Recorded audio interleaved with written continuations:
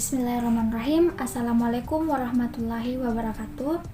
Perkenalkan, nama saya Andi Heria Reski dari kelas D3 tingkat 2 Farmasi. Kali ini saya akan mempresentasikan hasil kerja saya mengenai ujung daun. Adapun pembahasan dalam materi kali ini yaitu pertama, pengertian morfologi daun, kedua, ujung daun, ketiga, variasi daun berdasarkan ujung daun. Yang pertama tadi itu adalah morfologi daun.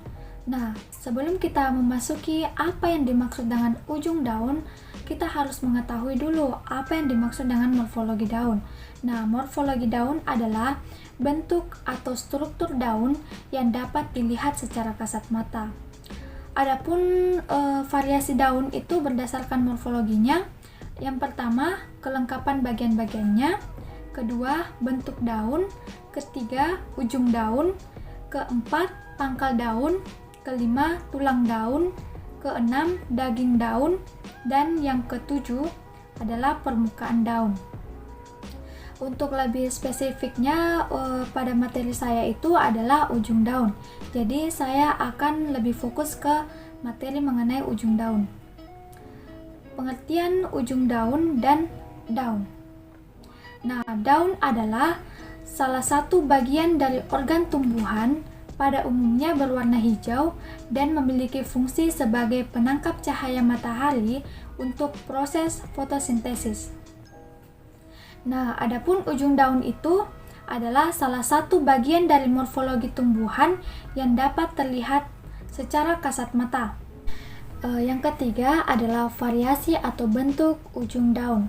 Nah, variasi atau bentuk ujung daun ini terdiri dari 7 bagian, yaitu pertama runcing, kedua meruncing, ketiga tumpul, keempat membulat, kelima rompang, keenam terbelah, dan yang terakhir adalah berduri.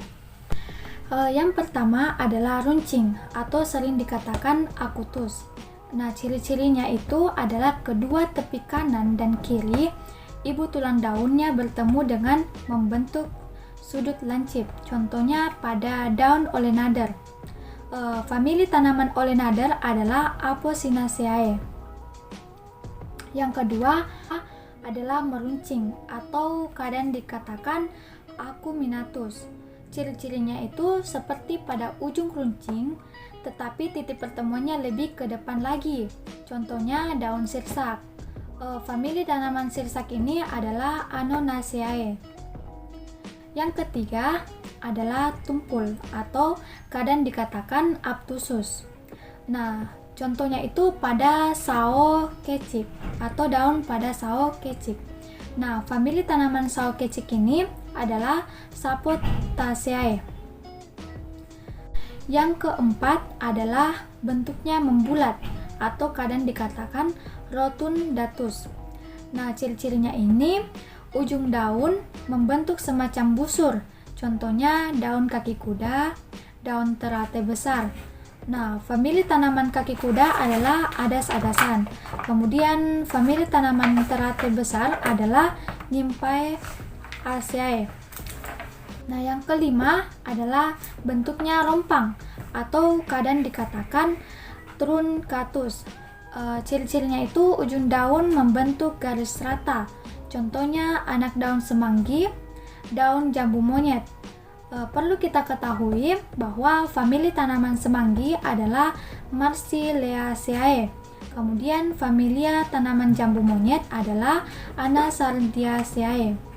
Seperti biasa teman-teman bisa melihat gambarnya pada PPT. Bentuk yang keenam adalah terbelah atau kadang dikatakan retusus. Nah, ujung daun membentuk lekukan. Contohnya daun sidaguri. Spesifiknya itu Sidaretusa L. Nah, famili tanaman sidaguri adalah kapas-kapasan.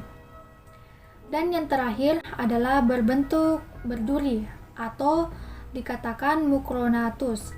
Nah, ciri-cirinya itu ujung daunnya merupakan suatu duri, contohnya daun nenas seberang. Nah, famili tanaman nenas adalah Bromeliaceae. Adapun gambar skema ujung daun, teman-teman bisa memperhatikan keterangan dan gambarnya. Nah, gambar yang pertama adalah huruf A yang bisa dikatakan bentuknya runcing. Gambar ke B itu meruncing, dan ke C itu tumpul, ke D itu membulat, ke E itu rompang, F itu terbelah, dan yang ke G itu berduri. Terima kasih atas kesempatan yang diberikan. Apabila ada kesalahan, mohon dimaafkan karena saya juga masih dalam proses belajar seperti teman-teman sekalian. Mungkin cukup sekian. Wabillahi taufiq wal hidayah. Wassalamualaikum warahmatullahi wabarakatuh.